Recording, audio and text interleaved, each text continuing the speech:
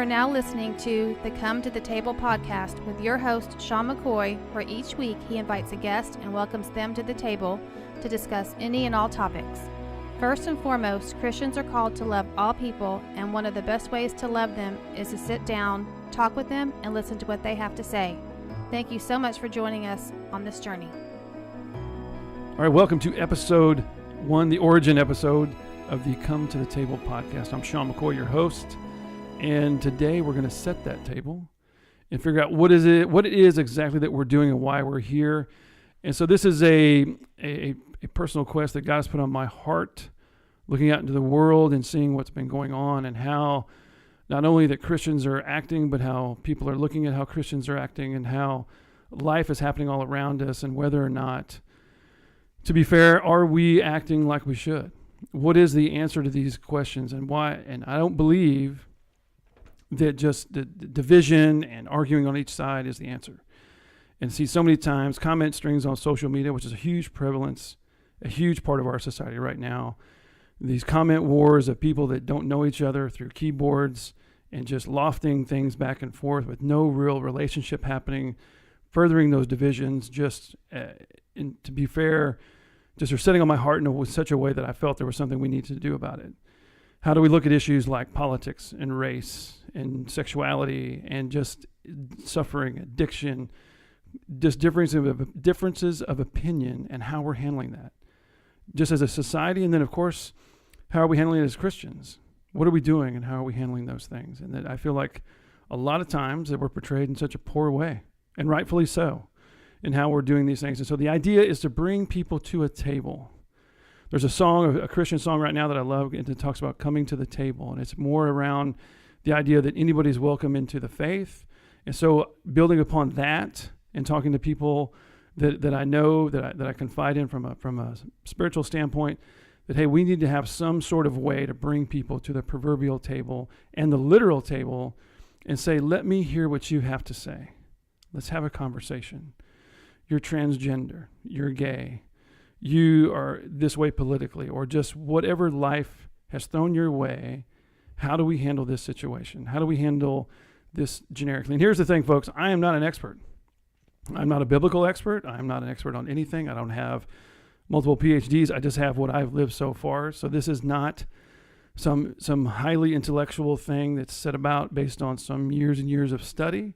And the people that I want to bring on are not necessarily scholarly experts as well. But I think that is the point. I think there's some opportunity there to bring in just real people. And it's not that we would not bring in somebody who has a degree or something like that, but it's not the point to sit here and create echo chambers around certain educational rhetoric.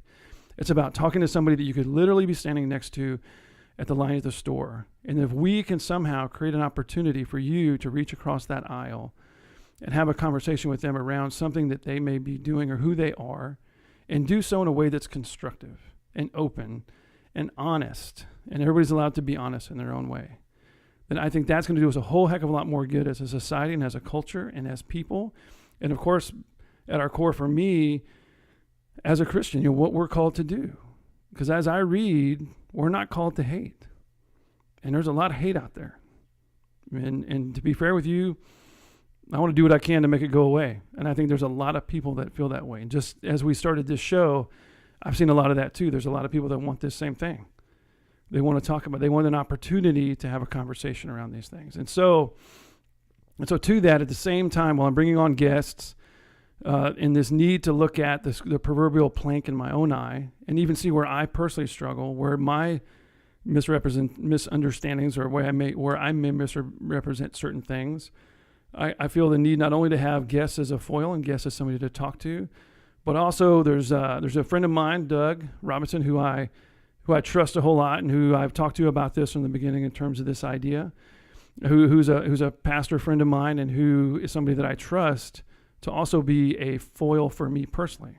And so the idea for Doug and I'm going to bring Doug on because this isn't just a solo show. Part of my origin story is to bring Doug on and talk about how he can be kind of this discerning voice back to me and back to the from that standpoint to maybe call out something that I said, or to reinforce something that was said, or to say and to provide an opportunity for some feedback in that sense. And so Doug happens to be here.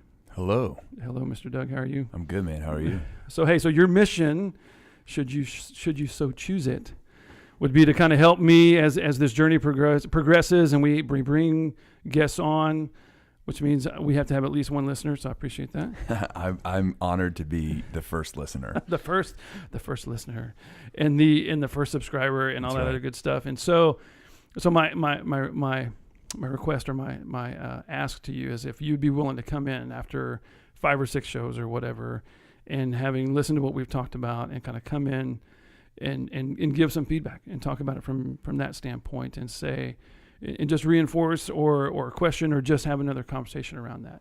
Yeah, absolutely. It's something I would look forward to and will be excited to do, and especially in the environment that you're setting with this podcast, by allowing people the freedom to talk and to provide ears that are ecumenical, that are fair, that are first ready to actually listen because you want to get to know somebody, versus ears that are kind of listening so they know the best way to strike back when the person stops talking. What a cool environment, what a rare environment, unfortunately, and certainly would want to jump in and be a part of it in that way, man, because it'll be a benefit to me and a benefit to my walk. So I'm in, man. I choose the mission. Awesome, great. Will it now self-destruct? Yes, and that was it. So, and to be fair, like after you said the word ecumenical, I kind of zoned a little bit because I was just like, I love that big word. No, just kidding. But well, thanks. And so that is, as we've discussed, that the challenge is really around, that type of opportunity where people can turn around and have a conversation, because I think we both see it. We both see you'd have to be either living under a rock or way off the grid to see all this vitriol going on all the time, and it just shows up literally, I feel like, on a daily basis. There was just a story I saw last week that made me think about this. There was a senator in Oklahoma, Senator Shorty. You may have seen the story, and a synopsis goes, he got busted in a hotel room with an underage boy. And there was drugs present, and apparently he had solicited him for sex over Craigslist. And then the cop had a body cam on, and they had this video, like literally showing this thing happening. And as they're busting him, the video shows this guy sitting there in a shirt, and the shirt has Ephesians 5:22. Wow. And a picture of a sandwich. This is kind of a homemade T-shirt, and then below that it says, "Now go get me a sandwich." Now, and for the listeners out there that may not know, that Ephesians 5:22 is the verse that basically says the women must submit to their husbands. Right. So there you have it. Yeah. So here is this glorious, and this guy was a very conservative senator and had voted, abhorrently or strategically, and just was vigorous around LGBT issues and all that typical rhetoric. And then boom. Sure. So it becomes this, and so that's one of those things that motivates me in this kind of situation, because then then you hear this person who rails and rails and rails against these lifestyles that are considered unbiblical or unchristian and immoral, and then at the same time, yeah, right, and so it becomes very so that those kind of challenges, and so I think that what that happens is that brings about a certain context for people of faith, so that when you say you're a Christian, you get lopped into that. One of the things about this podcast is as I'm going to have people on, they're going to represent some sort of either situation, idea, demographic. I'll have friends of mine that are black to talk about race, females to talk about women, people that have suffered from a mental disorder to talk about that in some way. Now, the irony, back to the expert part of it, is those people don't necessarily represent an opportunity. It's kind of this unfair paradox, sure, where is it fair for them to represent all women or all African Americans or anything else? On some level, no. But when you do things, and whatever those demographics happen to be, they do end up getting represented. If you were to do something, and the world kind of knew you as a Christian or a Christian pastor, if it good or bad, but especially on the bad side, then we tend to go, oh, well, that's typical Christian pastor behavior, or that represents all of them. So because of that paradox, that's why you got to have somebody on to talk about, gender roles or to talk about, something around those subjects. And so it's not that the people represent everyone, but whenever you do something, you tend to represent something that, Sure. right. If I do something as a man, then people can say, oh, that represents all men. Sure. So that's kind of so I think that paradox and so go with what you got. We can only interview one person at a time. Right. It's not that those people are complete and total subject matter experts, but they're going to speak to their experience, and there's some validity in that. And then ask them too around whatever that experience is. Like one of the guys I have set up coming up is a friend of mine who's does transcendental meditation and has had out of body experiences and talks it along those lines. And for him to speak around not only that, but then also I think it's important for us as Christians to understand what that quote unquote other side perceives back. Right. What is your perception of Christianity? And is it a right or wrong thing? It really doesn't matter when it's perception. Perception is reality until you change it. And so by having this opportunity to sit at a table and talk to somebody, can it partly change their perception and how people perceive them? And could it change your perception of that subject? Because I think it's a whole lot easier to dislike a demographic or dislike a group of people or dislike anything in general when you don't have any connection to it. Yeah. When if you've never met somebody who's gay, if you've never met somebody who's transgender or somebody who's, any of those things that kind of create these polarizing aspects in people, I think it's a lot easier to dismiss them overall. And I do know people. I do know people that are transgender. I do know people that are homosexual or all those things, and I plan to have them on. And what's really, really nice, Doug, is as I've started to reach out to many of these people along those lines, I've gotten really a nice feedback. Awesome. So far, nobody said no or that's crazy. They want to. I have a stepbrother who's gay, and he's come on and talk about it. Yeah. And so I think if somebody can hear people talk about these issues in a context that isn't argumentative, right, that isn't throwing barbs and isn't that kind of thing, I think that's at least the first step. And that can it challenge what we all think? Is there an opportunity to kind of till the soil, sure, so to speak, and kind of in that context of how, okay, well, I never thought of it that way. Yeah. And and from a personal standpoint, from a faith standpoint, to kind of lay out my faith journey to give listeners an idea of where I came from. I did not grow up in a religious household. I did not grow up definitely didn't grow up as a Christian. Was kind of anti-religious household, if anything. Very much science, technology, history, kind of the smart avenue, right? Yeah, it all had to make sense, and it was all logical and all that kind of stuff. And so, and I can even remember as a kid, I was thinking about this over the weekend. My mother grew up Catholic, and I can remember a couple of times the scenario was brought up when the space shuttle first launched way back when I was a kid, and my dad asked my mom, about, did the space shuttle go by God, and did he, did he go by heaven, and all this other stuff. And I can remember as very young, I was probably 7 or 8. I remember kind of jumping on that bandwagon of like, oh yeah, Mom, that's kind of, there's no God right up there in the sky. And I remember because she was Catholic, they brought up meat one time, and it became this running joke in our family because apparently you can eat fish, but not. I'm not a Catholic, but apparently you can eat fish and it doesn't quote unquote count as meat. And I joked and said, well, what is it? If it's not meat, is it polyester? And then for years that became a running joke that we're going to get polyester in chips, or I want polyester. And I didn't think about I really didn't think about till this last weekend about how, my mom wasn't a practicing Catholic or anything like that, but it was very dismissive, right? Of that kind of mindset in terms of how I perceive that. And so I believed that I had this open mind as a kid and that I didn't think anything of it, but there was just definitely a negative connotation around that. And it wasn't until I had my own personal challenges. And here's the thing, when you're looking at something that you viewpoint on some of these subjects, maybe transgender or somebody that has an out-of-body experience, or how they deal with suffering, or how they deal with addiction, or any of those things, chances are you have a viewpoint. And so are we trying to just change that viewpoint for the sake of it?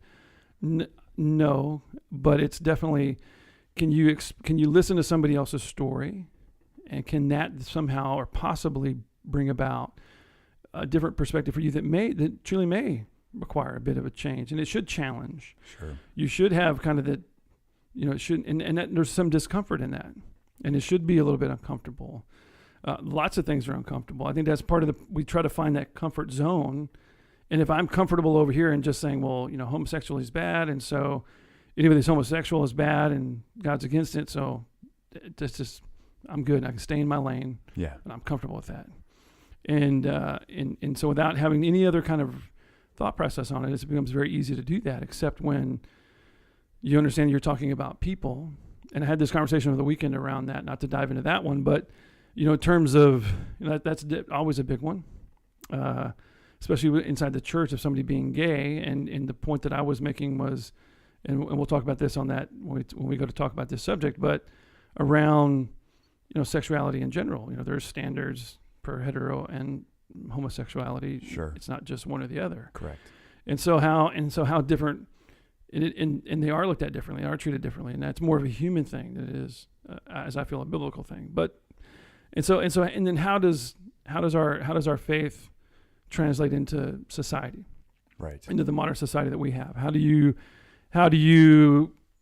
have Facebook? What do you do on Facebook? How do you do it on Facebook? How do you do it on Twitter? How do you do it out there in the world, and those kind of things? And that may seem really, those kind of seem ridiculous, Facebook, and they kind of are, but they're a dominating force.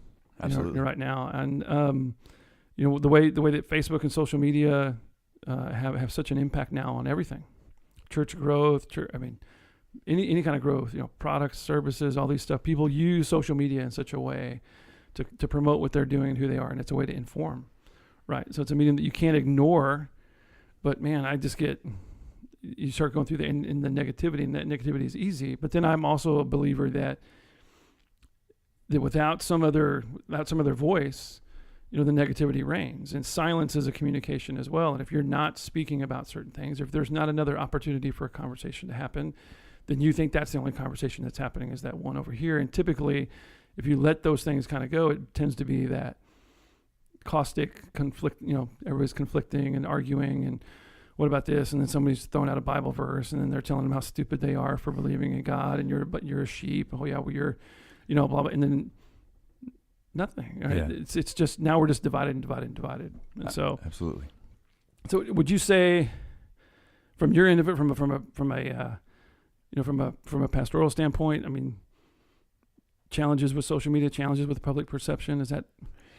Yeah, and here's the thing that I love about what you're going to do with this podcast is you are not going to forego stance or opinion or perspective, and that's good. Over and over in the Gospels, Jesus is being challenged to forego his calling, and I'm a little biased because I'm a pastor, so this won't be surprising, but I think Jesus nails it every time. And oftentimes even Jesus will say, no, we have to go. We have to leave this location, or we have to move on from this event because I have a purpose. I have a reason to do this. And yet at the same time, we believe that Scripture says that every human being has value because they've been made in the image of God. And so what often seems to be the case in our world is you have to choose between looking at the person and foregoing purpose, calling, mission, or right or wrong, or you have to forget that they're a person as you put all the focus on mission, vision, and the right or wrong. And I think what you're challenging me to do as a listener, and what your guests are going to challenge me to do as a listener, is to not forget either. And that's what to me reigns in social media. It's for forgetting or ignoring one of the two. And man, we don't see that example in how Jesus walks. We don't see that example in how his disciples walk. Over and over, there is this beautiful combination of seeing people without forgetting the calling, seeing people without forgetting the way that we believe God's wired this world to operate. And so that's what you're asking me to do. And again, so I'll disagree. Sure. With some opinions. I'll disagree with some ways in which people see the world. But what you're not going to let me do is go, well, I'm just going to dismiss that person because I'm not. That's not okay. They have intrinsically more value than than anything else in this world because they are so unique in that they were made in the image of God. And so I've been called to love them. I've been called to see them. I've been called to know them, hear them, and sit at a table with them. Exactly. And so to that, One of the things I would ask you as a listener for the patience on any side of this is to allow an opportunity. And what we're going to, what I feel like my job is to create a platform and an opportunity for people to speak and allow them to say what they feel and in whatever it is that they believe in or whatever it is that they're, because we could have somebody on here. I'd love to have somebody on here who was from another faith. Somebody who's Muslim, somebody who's a Taoist, a Buddhist, Jewish, any of the, it's fine. And even another Christian, just to talk about the Christian faith. Sure. And I want to make sure I say this correctly. To allow people to have an opinion that you may not agree with. I don't want to say wrong. I want to say that something that you just don't fundamentally allow them to have that opportunity. I think one of the things we struggle with collectively is we're so in the here and now, and we create this straight line across that says here's the line of righteousness, whatever that line happens to be, and at that present moment you're either on that line or you're not. Right. And so and it's easy to somebody who's not on that line to go, okay, well, you're not with it, so you're wrong and you're bad and it's or whatever else. And yet, I think we talked about this on the phone the other day about how, but if we do that and we don't allow for people that opportunity to think something incorrectly or think something improperly or have the wrong perspective, it's kind of like there's a saying I heard about Hammurabi's code about the an eye for an eye. He said the only problem, I think Martin Luther King said it. The only problem with that is everybody ends up blind. Yeah. And so there's no opportunity for people to think something, and allow them to then maybe think something differently later. Sure. So having the strength and the patience, and I think the love and the compassion to allow that person to think or feel something that you may not agree with, and that's okay. Yeah. Yeah. I think in this world, I am being trained every day to push away from the table. And I think that's going to be the challenge. That's going to be the thing that I'm going to have to remind there's going to be that temptation to just hit pause, hit delete, hit whatever. But man, if I can show compassion and treat others as I would want them to treat me, which the Bible is pretty clear about, then I'm not going to push away from the table. I was a youth pastor before, and I had a phrase with my students. Hey, we're going to have a time of real talk. Is that okay with you? But here's what real talk is. There's nothing you could say in this conversation that would ever make me question whether you love me or not. And there's nothing that I could say in this conversation that would ever make you question whether I love you or not. Do you agree to these terms? And then they said yes, because they were dumb, because they were youth students. And then I just let them have. No, I wouldn't do that. But it was that kind of agreement. And so I think that's maybe in this Origin podcast that you're doing here. I think maybe that might be a beautiful agreement that listeners would subscribe to. Hey, you know what, Sean? I'm committing to coming to the table, listening in, and I'm not gonna push away, no matter how much society may justify pushing away, no matter how much I may want to, no matter how much I may be getting vehemently angry with what the guest or what Sean is saying or Doug's saying, whatever. I'm not going to push away. I'm going to stay at the table, because at the end of this conversation, we're both going to stand up or stop listening to the podcast, and we're going to both be human beings made in the image of God, trying to walk through this crazy world that we live in. So to get on top of that, or to add to that a bit, so let this be an opportunity for me as the host to commit to you that desire, that no matter what it is or which side you're coming from, this is just born out of what I feel is a calling, and it's not even about me, to be fair. And I think that's really, really key. I don't have all the answers. The answers aren't really about. This isn't the gospel according to Sean, because if it is, it's going to be short and not last. That would be a fun podcast, though. Yeah. Store that one away. Yeah. Well, maybe we'll try that later. Yeah. And so my commitment is to bring everybody on here. Whoever comes on here is to first and foremost love them where they are, no matter what they say or how they say it, and to commit that as a host. And I ask you to do the same thing as a listener. That no matter what that other point of view is to listen to it and to have that opportunity to let them come to the table and truly voice their opinion, and try to listen and understand first. It doesn't mean you have to agree. I think we've forgotten with that. We've turned into this winner take all kind of thing. And that's always one of the things and it kind of parlays into a couple other points I wanted to make. And I can give you an example of this 2 different times, in acute examples in my life that I decided to engage in something that I at first thought I should not. One, so my favorite podcast, and part of the reason we're doing podcasts, Doug and I love podcasts. Absolutely. I think that they're great. I think we're doing this at a table on a morning. We have some time. It's so easy to do. There's nothing that has to happen to make this opportunity present itself. I think that's a gift. I think that's a wonderful opportunity. We don't have any, economic or any kind of worries about that. This is out there for you to listen to for no other reason than to just give you some nuggets, something to chew on intellectually, spiritually, and in those senses. That we have an opportunity for you to kind of challenge and think of who you are and what you're doing. I listen to the Team Never Quit podcast. It's one of my favorites, next to another one called Mixed Mental Arts. But Team Never Quit is hosted by two SEALs, Marcus Luttrell, who you've probably heard of, who is from Lone Survivor, the movie, and David Rutherford. They don't know me, even though they're in Houston and that's where they film it. I don't know them. This is an absolute free plug for that podcast. I just love what they're doing and the synopsis around it. And they had on Donald Trump Jr., and that's how I discovered them. It was right during the election, and it went right through my news feed, right, on social media. Here's Donald Trump Jr. speaking. And look, and fair to assume, and you know this, that, Marcus Luttrell in the show is probably a little bit more pro-conservative along those lines. He's friends with Governor Perry, and, he spoke at the RNC convention. So kind of get an idea where he would stand. And my first thought was, wow, I'd really love to listen to that podcast because I think those guys would be interesting to hear what they have to say. I used to be in the Navy and just would love to hear what people like that have from a perspective standpoint, like the idea of the podcast. But to be fair, my first reaction was, God, I don't want to hear Donald Trump Jr. get up there and just rail against, and that's not because I'm a Democrat or vice versa. I was just very turned off, to be fair. And I'll just put this out there, by the election on every side of it. Sure. Just truly, it's kind of had that lesser of two evils feel for a while now. But I always felt like I could come down somewhere, and typically came down to be, I'll just put it on the Republican conservative side.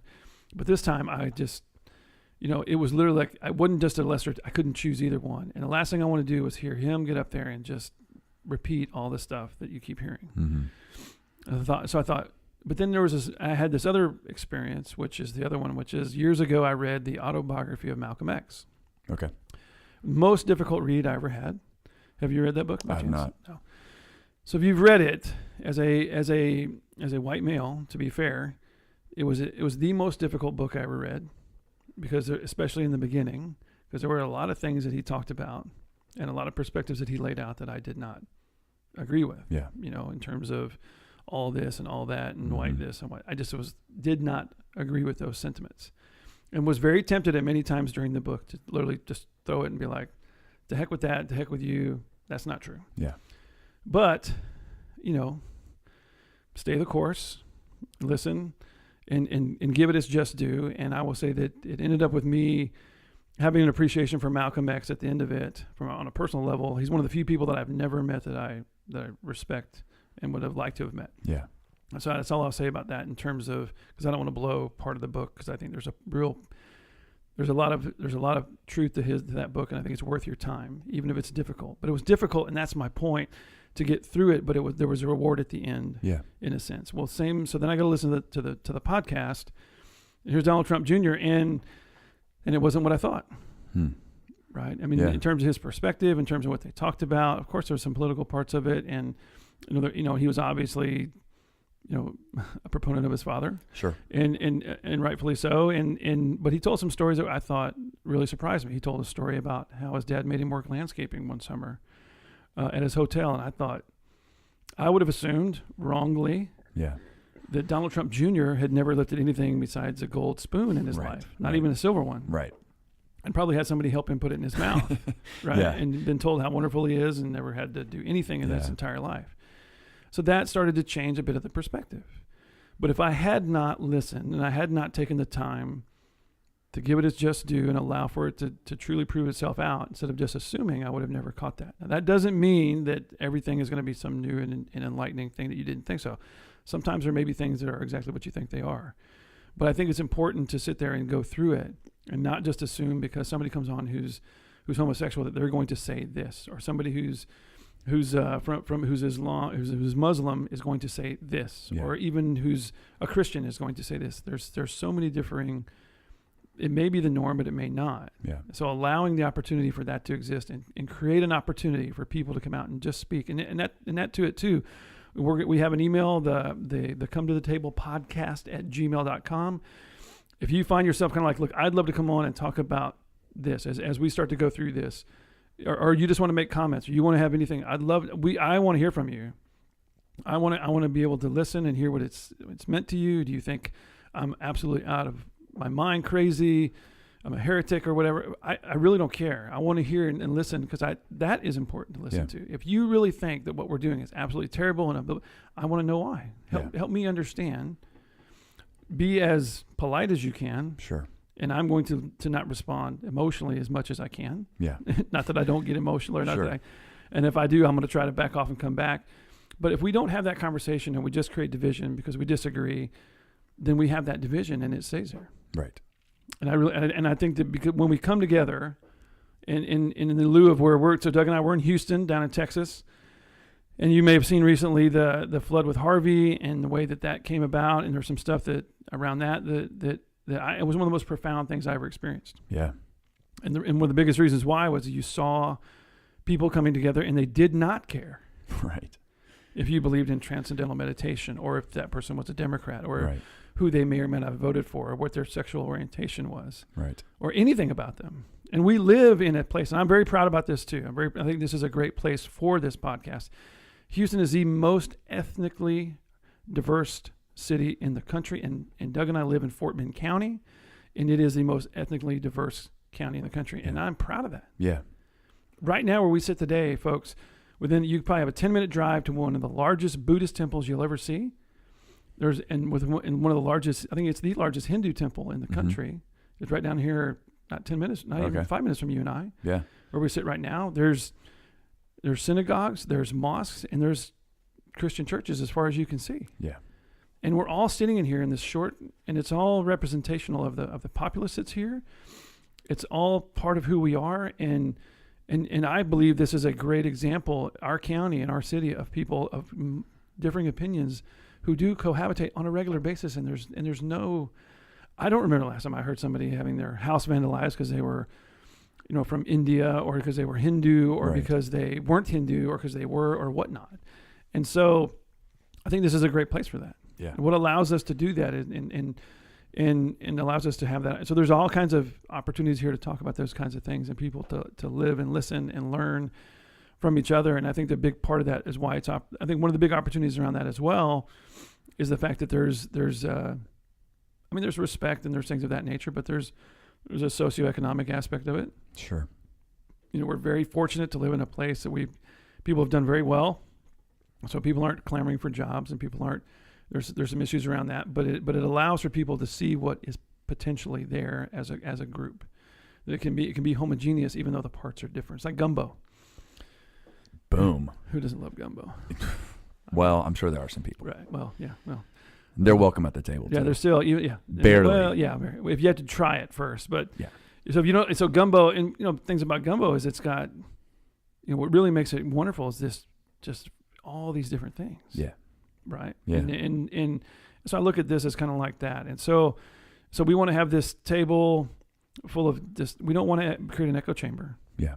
I don't want to have people come on that just going to sit here and say yes and just yell amen at me and go amen, amen, and just tell me amen all the time. To push back and challenge. Well, what about this? And I think these are real. And I think there's people that try to avoid these conversations because they're scared of what it may be. Because either they don't want to offend, or they don't want to truly challenge what they think. And I think we have to. Yeah. So I think we have to really how we're administering what we think, and how we're going to do those kinds of things. And I don't know. That's.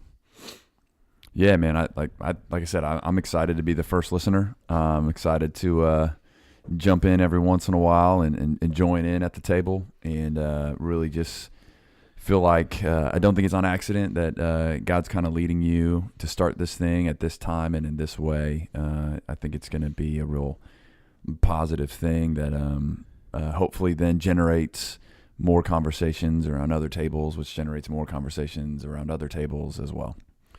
Exactly that. And that's one of the things I would ask too, as a listener, instead of just taking this this time, however much time it takes when we do these episodes to contemplate it, but use this as a challenge as well to find your, maybe it's not coming on the podcast, and because there's only so many, right, logistically. Sure. So on top of that, if there's something around a subject matter or an idea or something, maybe it's somebody close to you personally, or maybe you don't know. And if you've never known somebody that's X, Y, or Z, if you've never known somebody that's suffered from a mental disorder or had physical challenges or whatever these things that we talk about, find somebody. If you don't know anybody, find somebody possibly and have a conversation. Yeah. You have your own. You create the table and bring them to the table. I mean, I just there's something around that. Yeah, absolutely. I mean, one of the things Doug and I love to do is have coffee. We had coffee this morning, and sitting around and having a cup of coffee and just enjoying that time together. The difference is we're just recording it, right? Yeah. And for people to share. And I think that's one of the beauties of this type of medium is it allows for that real conversation to come out. And so find somebody to go have a cup of coffee with them.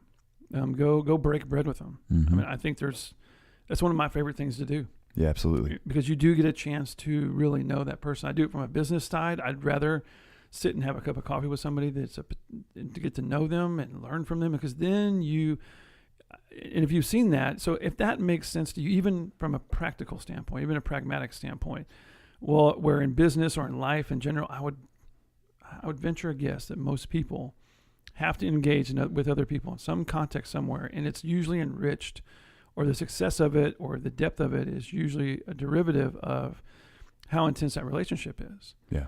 Now, look, can we have a relationship with all 7.5 billion people? No, but you can find people in your circle, so to speak. And one of the things, there's a thing called the Dunbar number. One of the podcasts I listen to is the Mixed Mental Arts, and they talk about this Dunbar number. It's kind of this maximum number of people you can kind of know before your brain kind of gets diluted a little bit, or this 150 people. 150? That's the idea. Wow. Yeah. So the synopsis is, if you have people on LinkedIn or friends on Facebook that go beyond 150, you really can't. You don't have the. Interesting. Yeah. Oh, that's cool. The Dunbar number. Yeah. All right. Yeah, see, yeah. I'm learning something here. Here we look go. it That's up. good. And that's one of the things I love about that podcast too. Is and what it does is it talks a little bit about culture. Okay. Not a little bit, a lot about culture. Hunter Motts and the folks out there talk about in software and culture is kind of the software to the hardware. So your body's the hardware, but software is the culture. What are you used to? What's normal to you may not be normal to somebody else, and where your own culture has blinded you or kept you in a certain context, a certain lane, a certain comfort level. Somebody else is different. And he's well traveled, and I've been fortunate to have traveled in my life, and you can see that I've been in places in this world. I've been to China where I heard, they eat cats and dogs over there. Okay, well, over here in our culture, that's not something we do. Right. And not only that, it was something we would respond, very emotionally towards, to say the least. If you know anything about the nonprofit world, the number of nonprofits out there for animals and the way people treat animals in this country and in our culture, they treat them better than people. Yeah. And so if you go over there, the idea of eating a dog is enough to make people riot. Sure. And so I remember when I went over there, I thought, okay, well, surely, and this was my assumption going over there, I didn't assume that it was wrong, because if you think about it, if you break it down, four-legged mammal that has what's the difference between that and a deer and a cat fundamentally? Sure. Okay. Because people have pet cows. So you're endorsing the eating of dogs right now? Are you going on the record at this table? I can't say that because I had the opportunity and I did not. Gotcha. Okay, but just clarifying. Right. So my culture got in the way. But I thought, okay, so that must mean. But to that, I thought, okay, so then it must be an act of it must be opportunistic. It must be a result of a difficult opportunity. There's nothing else to eat. And because that's the last thing, kind of like, somebody in a prison, you have to eat rats because there's nothing else running around. That's when you would eat dog. Wrong. Right. Yeah.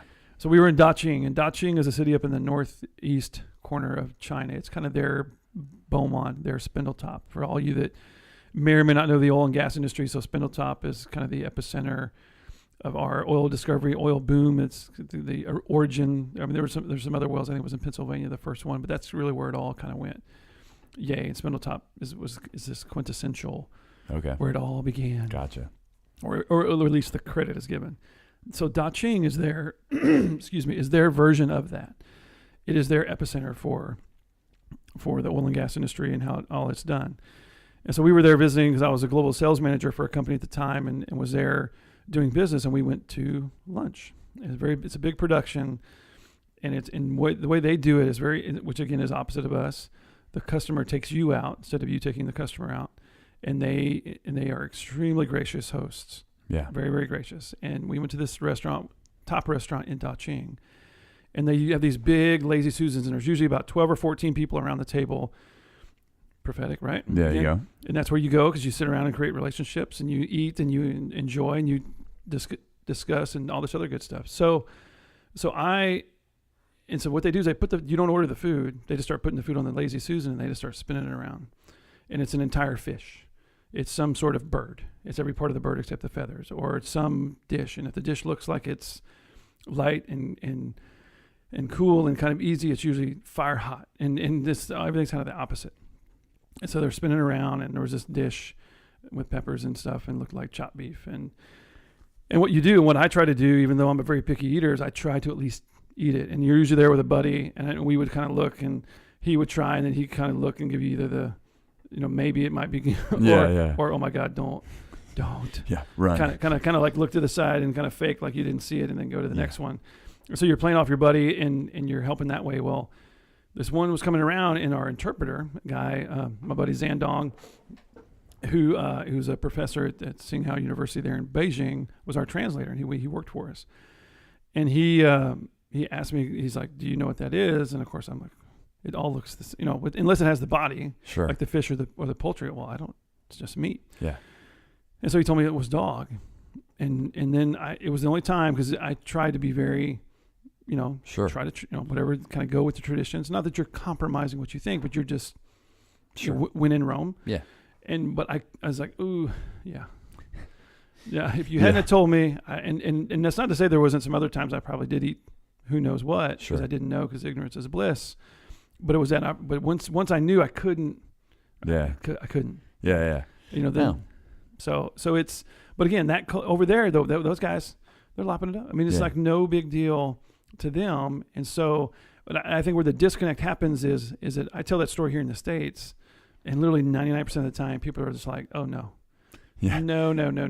Yeah. There's no way. That's wrong. That's wrong. Well, is it? Is that fair to say that that's wrong? Sure. And that's an easy example of differences. That's an easy example of something. But it is that disconnect that's not how we do things here, and but that it's okay. Yeah. It's okay that they do something differently. Talk about where that came from. Talk about why they do it that way. Even the way they eat fish. I mean, they just take the scales off, and they eat the eyeballs and the gills and every other part. If it's edible in China, they will eat it. Yeah. If you order chicken in China, you're going to get a chicken. Yeah. Right. In all its glory. Right. The feet, the neck, the head, everything. Watching guys for breakfast eat cold pickled chicken's feet. That's not what I would eat. Right.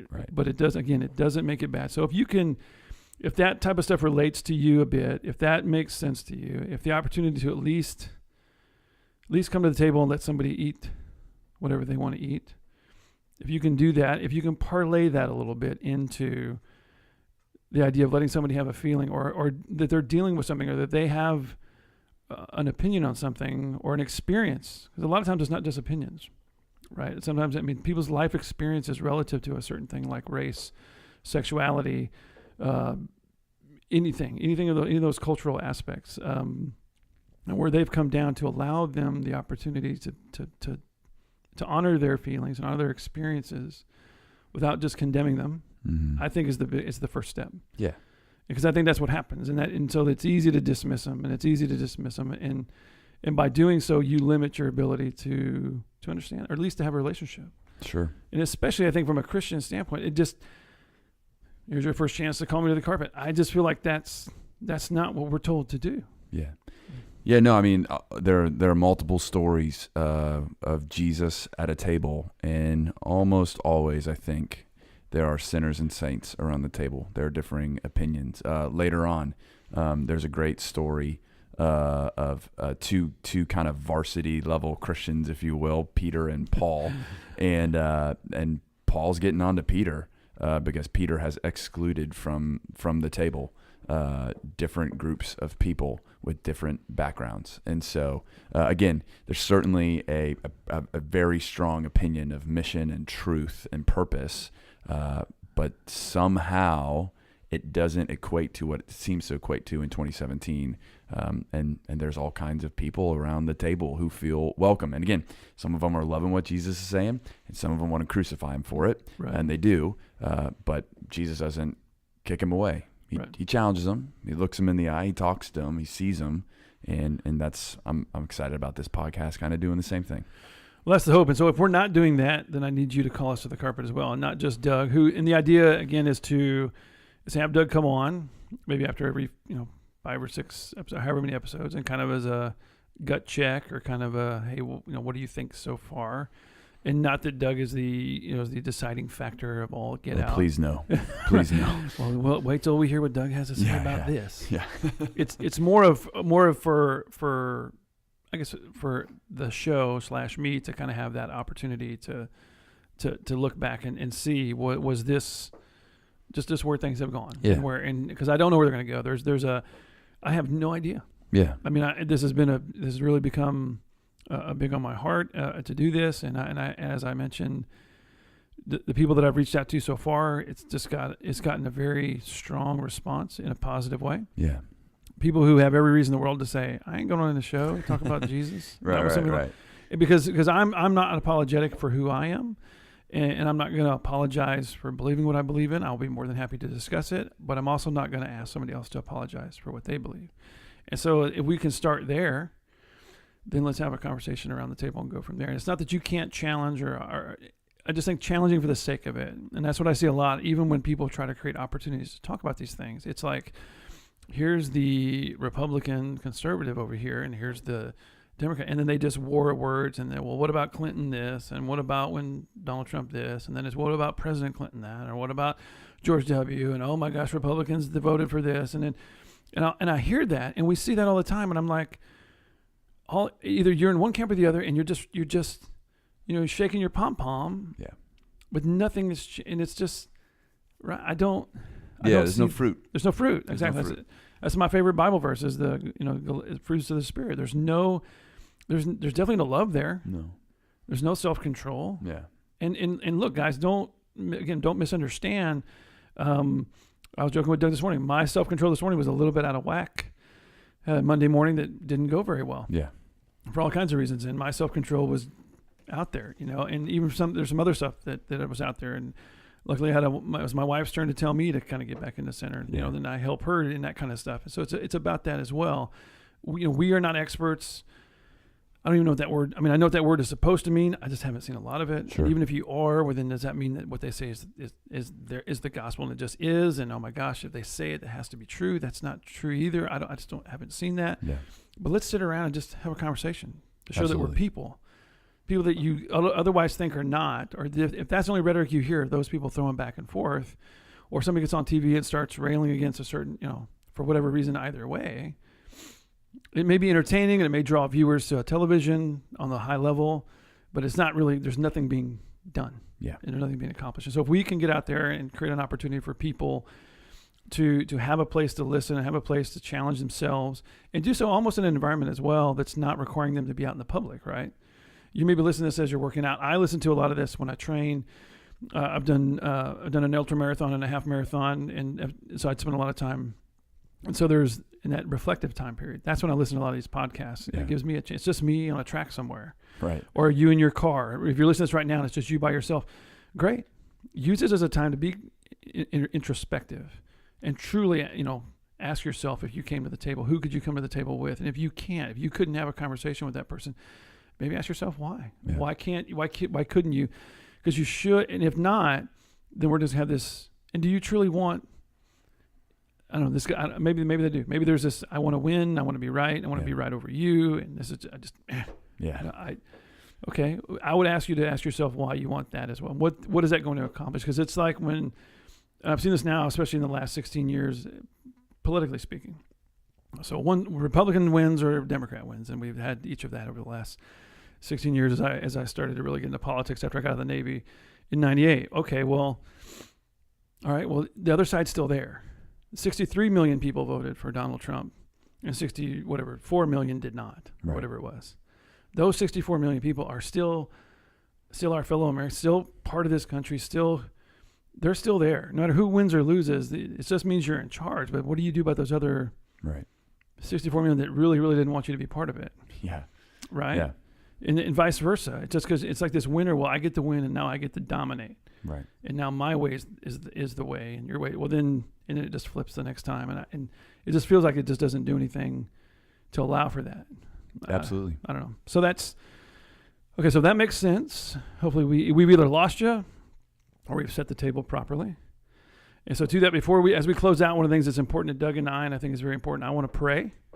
And if you would be willing to pray with us and just listen to what the words that are being said, if for no other reason than the hope around the context of what we're saying, we're going to pray to God and do this in Jesus' name and just ask that you come along as we plant the seed and put this out for what's coming. And then I think we can wrap up the first one. Absolutely, man. All right, buddy. I appreciate it. Pray with me, please. Heavenly Father, we're just grateful for this opportunity. We're thankful for the resources and just the chance to do this, the chance to sit around a table, both literally and figuratively. And I just hope that you use this as only you can to get out to people and touch their hearts, if for no other reason than to create a relationship around their fellow man and to reach across the table and love somebody, which is your greatest commandment to us, which is what you tell us ultimately to do, that to love them first and love them. And that's sometimes hard for us. We're not really sure what that looks like all the time, but I know what it's not. I know it's not hate. I know it's not anger. I know it's not just lambasting towards somebody. And I understand why we feel that way. Those are emotions that come to us naturally and sometimes too naturally. So I ask that you give us the opportunity, the patience, and the time to pull back on those emotions and allow those things to be what they are, but to come at them with love, to ultimately let love conquer, whatever that means ultimately. And it doesn't necessarily mean there has to be a right or wrong to a certain question, as much as it is a temperament as we approach each other. And let us come to this table, bless those that are coming on here, give them an opportunity to see you first and foremost, and then allow them the comfort and the ability to engage from a place that they're coming from. Allow their voices to be heard, allow their voices to be respected, allow that open conversation to have fruit on their end as well. And I just thank you so much. Thank you for Doug and his willingness to be a part of this. Thank you for just all of these things. It's awesome to truly think about the chance to do something like this, which is rare and not always the case. Not everybody's always had this opportunity. Thank you so much. And we're just looking forward to it, God. Here we go. It's in your son's name that we pray. Amen. Amen. All right, brother. Appreciate it. There you go. Origin episode.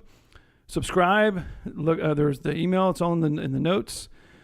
We really want you to be a part of this. So stay tuned for the next one. We have all kinds of shows that are coming.